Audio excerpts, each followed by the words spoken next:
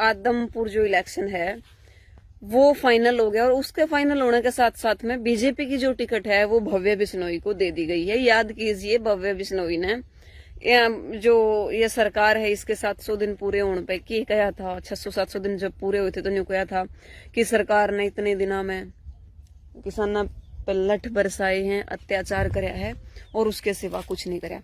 लेकिन फिर भी आज जो भव्य बिश्नोई है वो ओड़े जाके बैठ गया, जड़ा उसका बाबू ने या फिर जड़ा उसने न्यू ला गया कि हाँ उड़ते ठीक ठाक से इनकम होवेगी या फिर या पार्टी सत्ता में है तो कुछ न कुछ खास देगी। भव्य बिश्नोई ने इससे पहला लगातार सांसद का जो इलेक्शन है वो लड़ा है, एमपी का इलेक्शन लड़ा है, लेकिन उसमें करारी हार का सामना भव्य बिश्नोई जी ने ओड़े भी करना पड़ा है। अपने पिताजी की विचारों को देखते हुए कम से कम इतना तो देख लेता, जिस पार्टी की स्थापना उसके पिता ने की थी, क्या उस पार्टी को सिरस तक पहुंचाने में वो परिवार कामयाब रहा या नहीं रहा।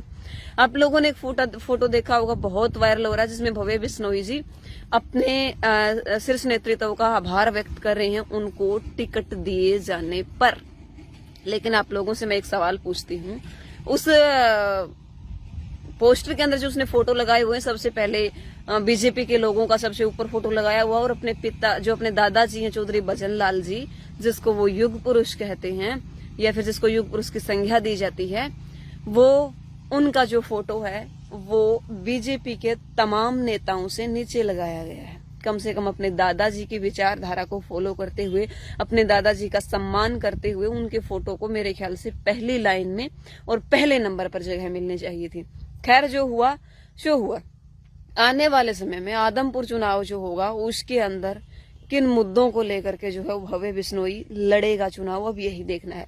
दूसरी तरफ रुकेश पुनिया जी का जो बयान आता है, सोनाली फोगाट जी की बहन का, वो ये कहती है कि मैं आदमपुर से चुनाव लड़ूंगी क्योंकि उसकी बेटी यशोधरा ने मुझे उनकी जो संपत्ति है, वो राजनीतिक जो विरासत है वो संभालने का जिम्मा दिया है खाप पंचायतों के बीच में, और ये प्रस्ताव पास हुआ है तो वो लड़ेगी ही लड़ेगी। अब ये देखना है कि रुकेश पुनिया को टिकट कौन देता है और उसके साथ साथ ये देखना है कि एसकेएम इसके ऊपर क्या निर्णय लेता है, तमाम किसान यूनियन इसके ऊपर क्या निर्णय लेती है। उसी के आधार पर एक सोची समझी साजिश इन्होंने की कि साथ इन्होंने करवा दिए पंचायत के चुनाव। पंचायत के चुनाव करवाने का मतलब आप समझ सकते हैं कि तमाम किसानी वर्ग जो उनका विरोध करने वाला है वो वहां पर ना पहुंच पाए। लेकिन मैं तो ये कहती हूँ कि कोई भी जो आपकी चाल है वो रोकने वाले नहीं है। किसान यदि बीजेपी का विरोध करेंगे तो करेंगे ही।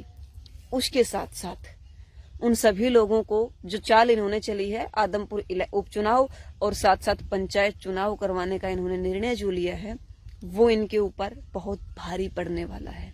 क्योंकि हमसे जुड़े या हमारी यूनियन से जुड़े साथी जो भी अपने प्रचार के साथ जाएंगे वो साथ साथ ये भी तो पक्का बोलेंगे कि भाई बीजेपी को वोट नहीं देना है, क्योंकि बीजेपी ने पिछली योजना में या फिर पिछले काल में आपने देखा कुलदीप बिश्नोई के परिवार ने 55 सालों में आपको क्या दिया है, इसके ऊपर विचार वो करवाएंगे।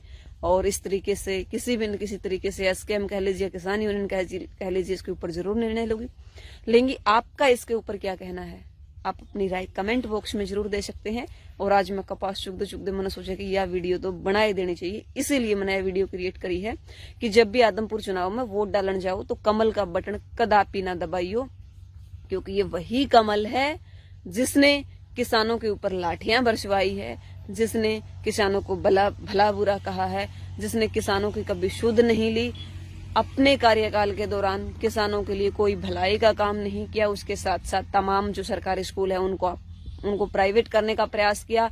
उसके साथ साथ पीटीआई शिक्षकों को निकाल दिया, ड्राइंग टीचर्स को निकाल दिया, ताकि जो बच्चे हैं वो अनपढ़ रहे। तमाम उन मुद्दों के ऊपर आप एक बार सोचना और उसके बाद आदमपुर उपचुनाव में कोई भी बटन दबाना।